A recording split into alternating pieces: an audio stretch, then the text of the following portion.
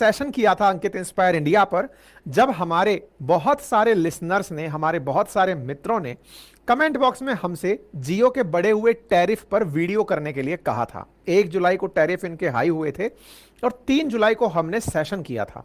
उस सेशन का परिणाम यह निकला कि यह वीडियो बहुत दूर तक लोगों के बीच में जगह बनाया। लगभग 50 लाख लोगों तक यह पहुंचा। लगभग 31,000 कमेंट्स हमें इस वीडियो के नीचे प्राप्त हुए और उन कमेंट्स में जो मोमेंटम था वो इस प्रकार था कि जियो ने हमारे साथ अच्छा नहीं किया। और जब जियो ने हमारे साथ अच्छा नहीं किया तो चर्चा सबसे बड़ी बात यह थी कि पहले सस्ते का लालच देके अचानक यार तुम 25% भाव बढ़ा दिए, अपनी सर्विसेज के नाम पर हमारे ऊपर नियंत्रण स्थापित कर लिए। जब तक तुम यार हुआ नहीं करते थे उस समय तक मार्केट में बहुत सी कंपनियां सरवाइव करती थी, लेकिन तुम्हारी प्रिडेटरी प्राइसिंग यानी सस्ते दामों पर लोगों को तोड़ने की नीति के चलते देश में कुल मिलाकर के अब 4 प्लेयर बच गए हैं। बाकी बचे प्लेयरों में केवल बीएसएनएल को हटा दिया जाए तो बाकी 2 प्लेयर तो तुम्हारे दामों को देखकर अपने दाम बढ़ा रहे हैं और घटा रहे हैं। इसके चलते लोगों का प्यार बीएसएनएल की तरफ उमड़ आया। बीएसएनएल की तरफ उमड़ा हुआ यह प्यार, लेकिन यह प्यार क्या हम पहली बार देख रहे हैं या इससे पहले भी हम दिखा चुके हैं? आज के सेशन में कैसे हमारी सबसे प्रियतम बीएसएनएल भाई साहब नहीं लगेगा में बदल गई थी। कैसे इस बीएसएनएल ने अपनी कीर्ति प्रारंभ से लेकर अंत तक की लिखी थी। आज जो हम प्यार बीएसएनएल को गुस्से के रूप में दे रहे हैं क्योंकि जियो पर हमारी नफरत है, जियो ने हमारे साथ धोखा किया है, लेकिन बीएसएनएल असल मायने में भैया तुम भी हमको धोखा दिए बैठे थे। ठगे हुए तो हम महसूस कर रहे हैं, लेकिन आज फिर से तुमसे उम्मीद जगी है क्योंकि तुम्हारे पीछे सरकारी आका लोग बैठे हैं। वो सरकारी आका बैठे हैं जिनके ऊपर यह कहा जाए कि हो सकता है कि वो लोग प्राइवेट कंपनियों से साठगांठ कर लिए हों कि सर चिंता ही मत करो, लगने ही नहीं देंगे।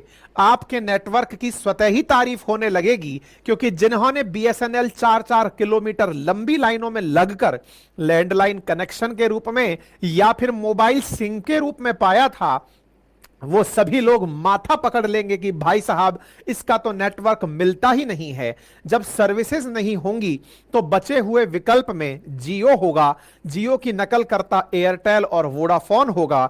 मनमर्जी के माफिक ये दाम बढ़ाएंगे और हम लोग फिर से ठगे हुए पाए जाएंगे। मेरे प्यारे साथियों, आज जो आप लोगों ने मोमेंटम बनाया है बीएसएनएल की घर वापसी का, आवश्यक यह भी है कि बीएसएनएल इसे अपनी जिम्मेदारी माने और इसे वो एक मौका माने कि जनता का विश्वास अगर आपने बरकरार नहीं रखा तो यह आपको भी एक दिन घेर ही लेगी। सोशल मीडिया पर बीएसएनएल के जिम्मेदार आकाओं की जानकारी अगर पब्लिक हो गई कि कौन इसके पीछे जिम्मेदार है कि इसको भी नहीं उठने दे रहा है, सोचिए ना हमारे साथ कैसा धोखा हो कि इसी बीच में बीएसएनएल निकल कर आए और अपने जिन प्राइजेस के चलते फिलहाल जिसकी तारीफ हो रही है कि इतना सस्ते में बीएसएनएल है, अचानक कोई साहब इसको पीछे से थपिया के कहें कि पगला गए हो क्या, कॉम्पिटिटिव प्राइसिंग रखनी है, प्राइस बढ़ा दो, तो भैया आप में से बहुत सारे लोग खफा हो जाएंगे। लेकिन हां, सोशल मीडिया ने अब इतनी जागृति पाली है कि उन आकाओं की भी खबरें ले ही लेगी, क्योंकि सोशल मीडिया पर फिलहाल पोर्ट टू बीएसएनएल का मोमेंटम बना है तो जियो बायकॉट का भी मोमेंटम बना है। ऐसी स्थिति में घर वापसी करने की तैयारी में तो लोग हैं, लेकिन क्या बीएसएनएल आप अपने 3G से 4G में वापसी कर पाएंगे? क्या आप भी अपनी थोड़ी उन्नति कर पाएंगे? हालांकि सरकारी आंकड़े बता रहे हैं कि अगले महीने तक आप भी पूरे देश में 4G ले आएंगे।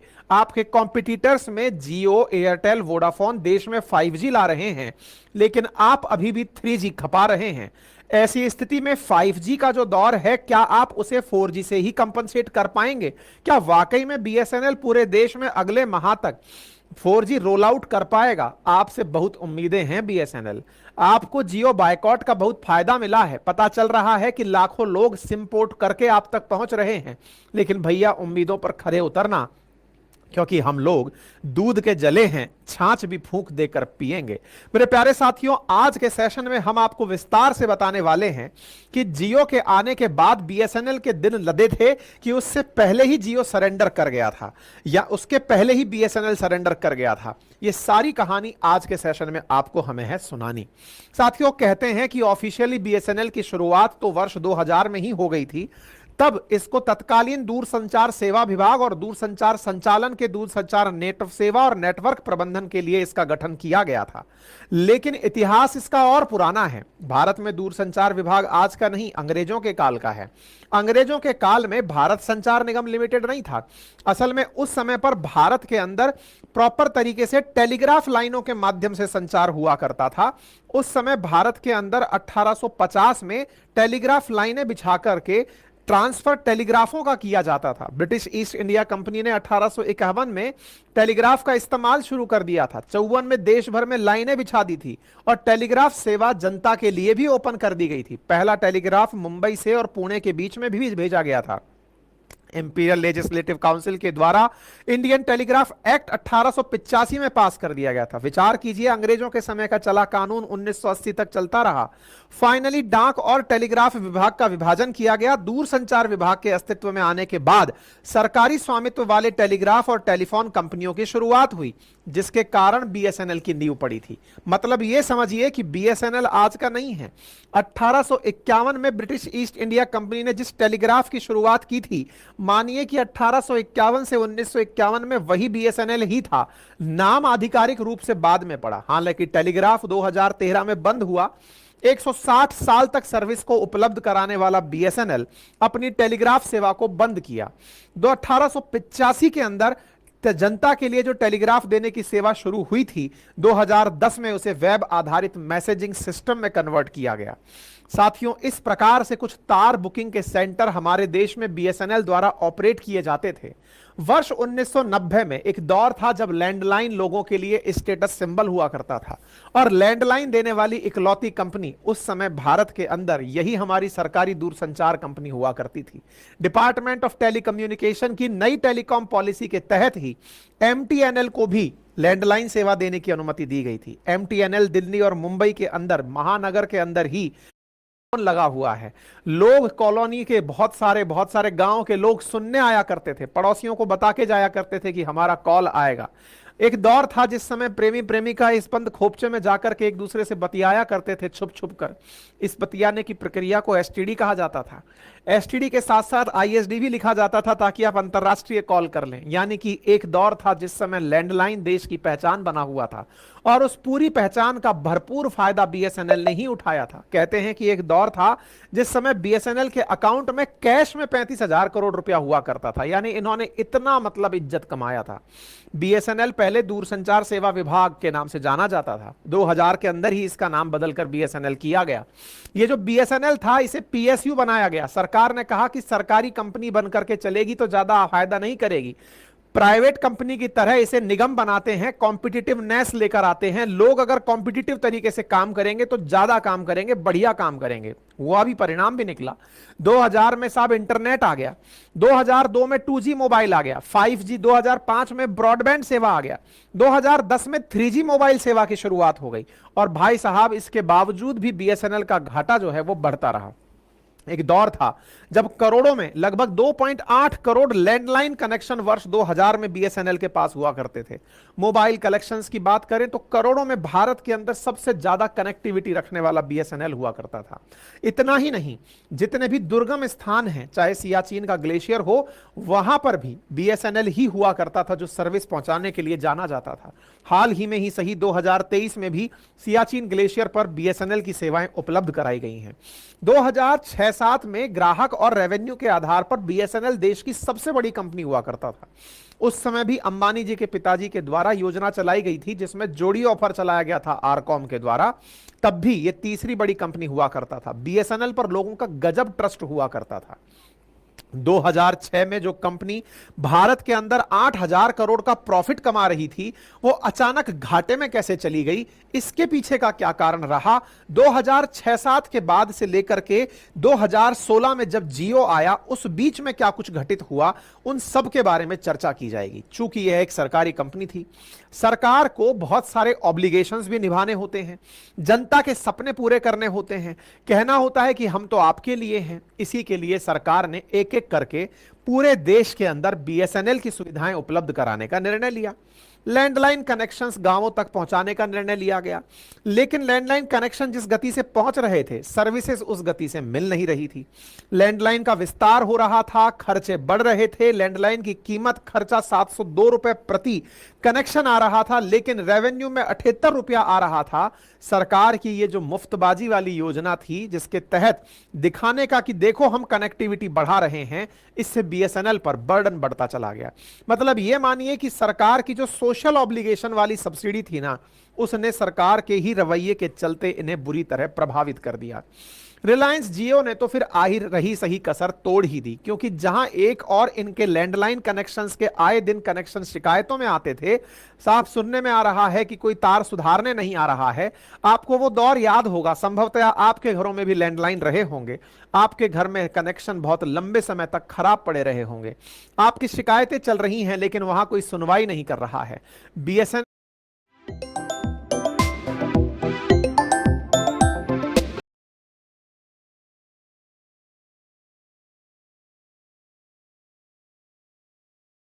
के कर्मचारियों ने देश को यह एहसास कराना शुरू कर दिया था कि वो हम पर एहसान कर रहे हैं।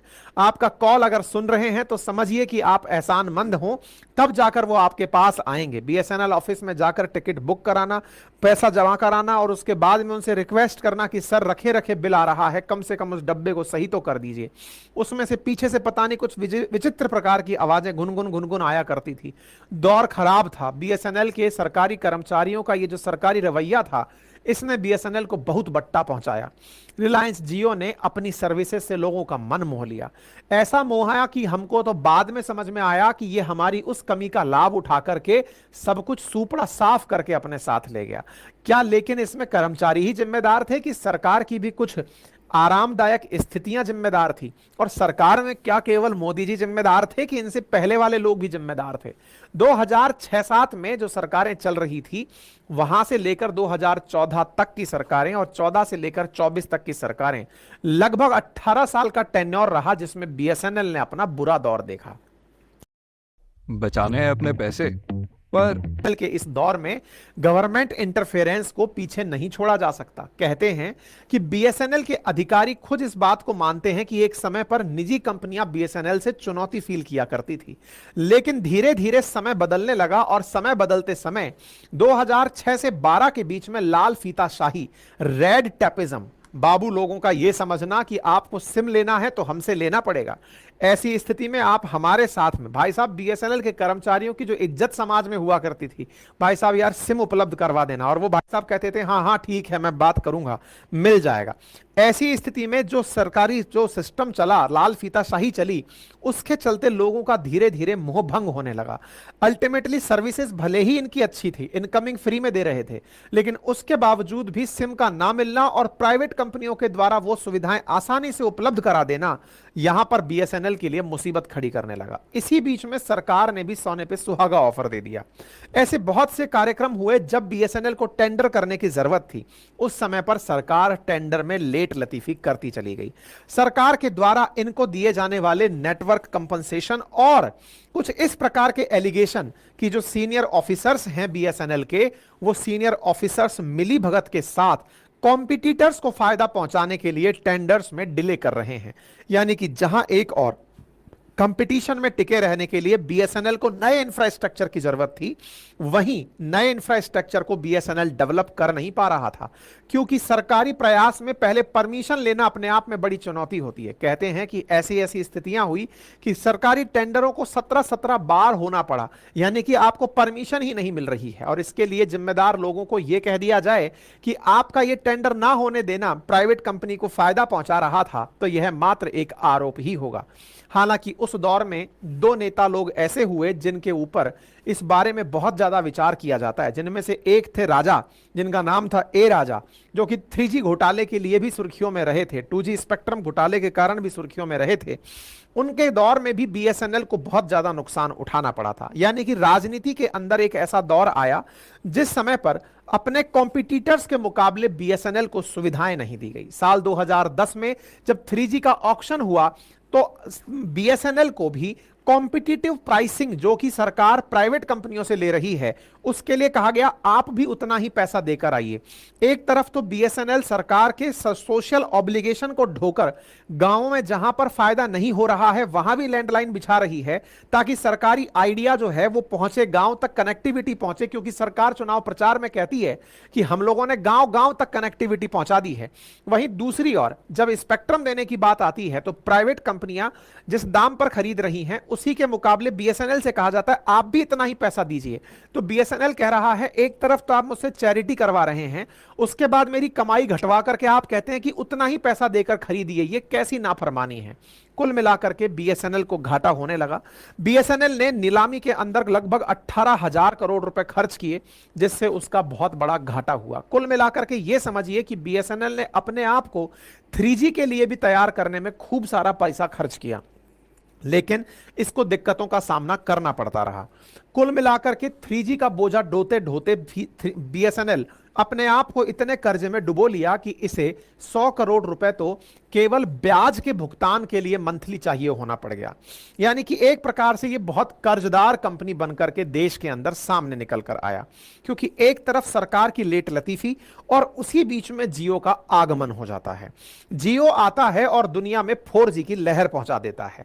जहां हाल ही में थोड़े समय पूर्व ही 10 के अराउंड इन्होंने इतने 1000 करोड़ में बीएसएनएल 3G खरीद करके अभी रिवाइवल की सोच ही रहा था, अचानक जियो देश में आकर 4G की क्रांति मचा देता है। 3G वर्सेस 4G में 4G की स्पीड लोगों का मन मोह लेती है और जियो तो सब कुछ शुरुआत में फ्री में ही लेकर आया था। इसी को तो प्रेडेटरी प्राइसिंग कहते हैं कि सामने वाले को इतने कम दामों पर दे दो कि दूसरा आपको उठने का मौका ही ना दे। जहां बीएसएनएल को बेचारे को 100 करोड़ रुपए कर्जा चुकाना ब्याज के रूप में पड़ रहा है, ब्याज चुका रहा है 100 करोड़ रुपए का, वहां जियो आपसे कह रहा है कि आप सस्ते में फ्री में ही ले जाओ इंटरनेट, तो बीएसएनएल का तो बेचारा घाटा ही नहीं उबर पाया। इतने में जियो अपना जो बैंक बैलेंस लेकर चल रहा था वो इसे मारने में काम आया। ऐसे तमाम कंपनी जो जियो के कंपटीशन में थी वो बुरी तरह पिछड़ गई। 4G स्पेक्ट्रम की जब नीलामी हुई तो इंटरेस्टिंग बात यह निकल कर आई कि बीएसएनएल के पास में आवेदन के लिए पैसा ही नहीं था। 4G का आज तक बीएसएनएल के पास में एक्सेस नहीं है। कहा जा रहा है कि अगस्त 2024 में जाकर जो 2016 में जियो दे चुका है वो 2024 के अगस्त में बीएसएनएल पूरे देश को देने जा रहा है, क्योंकि उस समय पर बीएसएनएल ने जो प्रक्रिया सरकारी अपनाई थी जिसके चलते घाटा हो रहा था, सरकार ने इसके ऊपर से हाथ हटा लिया था, वो प्रक्रिया इसे यहां ले जाकर डाली। कॉम्पिटिटिवनेस में बीएसएनएल पूरी तरह बर्बाद हो लिया। 4G स्पेक्ट्रम की नीलामी का दौर तो चला, इस बीच में दुनिया 5G की तरफ बढ़ रही है, बीएसएनएल 4G की लड़ाई लड़ रहा है। फिलहाल बीएसएनएल का ये जो घाटे का दौर है, इस घाटे के दौर से उबरने में सरकारी प्रयास निरंतर अब किए जाने शुरू हुए हैं। सुनने में आ रहा है कि सरकार के द्वारा हाल ही में वर्ष 2023 में, यानी आज से 1 साल पहले ही, बीएसएनएल को 89,000 करोड़ रुपए का सहायता दी गई है। इसके माध्यम से ये 4G और 5G स्पेक्ट्रम परचेज कर पाएगा।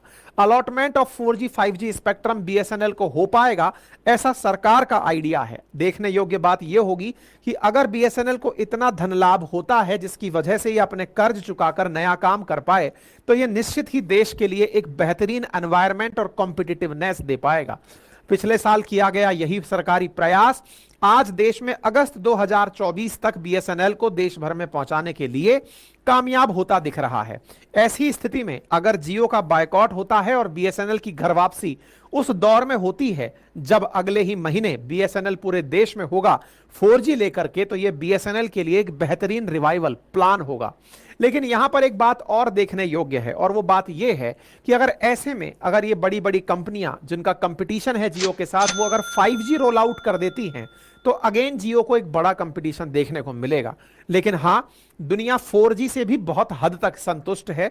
इंटरनेट स्पीड 4G की भी यूज करके लोग कॉम्पैटिबल फील कर रहे हैं। देखना होगा कि जनता 4G से 5G में उतना ही क्विक रेस्पॉन्स देके शिफ्ट होती है जितना वो BSNL के केस में 3G से 4G में हुई थी। ठीक है ना। फिलहाल के लिए तो पोर्ट टू BSNL चलना शुरू हो चुका है। लोग BSNL के प्रति अपनी आस्था व्यक्त कर रहे हैं। ऐसे ऐसे प्लान्स अब शेयर किए जा रहे हैं कि BSNL का 30 दिन का प्लान 199 का है, जियो का 349 का है। BSNL के प्लान को लोग प्रमोट कर रहे हैं। बकायदा BSNL में कैसे पोर्ट करें उसकी प्रक्रिया तक साझा की जा रही है कि आप अपना नंबर टाइप करके बस सेंड करें 1900 तक, वहां से एक नंबर मैसेज आएगा, उसको लेकर BSNL ऑफिस में मिल लें, वो आपको नई सिम दे देंगे। हालांकि हाल ही के दौर में पता चला है कि BSNL की सिम की बिक्री इस जियो के बायकॉट से 3 गुना बढ़ गई है। BSNL में पोर्ट करने वाले 2.5 गुना बढ़ गए हैं। हर रोज बिक रही जो सिम है उनकी संख्या 500 हो चुकी है। BSNL से लगभग 1.5 लाख लोग अभी तक जुड़ चुके हैं। सबसे ज्यादा तो जमशेदपुर में BSNL के नए उपभोक्ता निकल कर आए हैं। कहने का कुल मिलाकर मतलब यह है कि इस टैरिफ वॉर में BSNL को जो एडवांटेज हो रहा है, इसे बरकरार रखने के लिए BSNL के पास गोल्डन अपॉर्चुनिटी है अगस्त माह। लेकिन इसी दौर में अगर BSNL कुछ ऐसा कर जाए जिससे कि वो अपने आप को यह कहे कि मैं तो कॉम्पिटिटिव प्राइसिंग के लिए कर रहा था, तो ये लोगों के साथ एक बड़ा धोखा भी हो सकता है। यानी कि BSNL अपनी प्राइजेस को कम करके ही लोगों तक पहुंचे, यही BSNL के लिए और उसके चाहने वालों के लिए अच्छा होगा। बाय द वे, यहां पर एक प्रोग्रेसिव थॉट यह भी निकल कर आई है कि BSNL जो देश भर में 4G पहुंचाने का काम कर रहा है, उसमें TCS ने 15,000 करोड़ का टेंडर लिया हुआ है। यानी एक प्रकार से TCS प्लस BSNL मिलकर, यानी टाटा मिलकर के BSNL को रोल आउट कराने में मदद कर रहा है। टाटा का विश्वास जब BSNL के साथ है तो लोगों में यह विश्वास है कि इनका जो 4G आएगा वो बेहतरीन किस्म का होगा। यही विश्वास के साथ लोग BSNL की तरफ मुड़ रहे हैं। और मैं आपको पहले अवगत करा देता हूं, अगले महीने तक BSNL 4G हो जाएगा। अगर 4G में संतुष्ट हो और BSNL इतना ही प्राइस लेकर चलने को तैयार हो तो यह अपने आप में भारत के लिए एक बहुत बड़ी जीत सिद्ध होगा। बाकी आप इस विषय पर क्या सोचते हैं, अपनी राय जरूर रखें। हमने आपके सामने आज से कुछ 10 दिन पहले इस विषय को उठा करके जिस प्रकार से आपके और हमारे बीच के संवाद से पूरे देश में एक मोमेंटम बना हुआ है, इस मोमेंटम में आवश्यकता है कि BSNL को भी आप ये बार बार याद दिलाते रहें कि भैया समझदारी मत कर देना। तुम्हारे बिहाइंड द सीन जो लोग बैठे हुए हैं, अगर वो बिक गए और बिक करके प्लान महंगे कर दिए तो हमारे साथ फिर ये चोट हो जाएगी। और ऐसी स्थिति में हो सकता है कि हमें फिर बायकॉट सब कुछ करना पड़ जाए और ऐसी स्थिति ज्यादा घातक होगी। समझदारी के साथ चलते रहिए, समझदार उपभोक्ता बनकर देश की तरक्की में योगदान देते रहिए। और अगर आपको लगता है कि हमारा प्रयास आपके इस पूरे मुहिम में थोड़ी भी महत्व रखता है, थोड़ा भी योगदान रखता है, तो हमारे इस वीडियो को ज्यादा से ज्यादा लोगों तक साझा करें। चैनल पर नए हैं तो सब्सक्राइब कर लें, वीडियो पसंद आया है तो लाइक कर दें। बहुत बहुत धन्यवाद। अपना ख्याल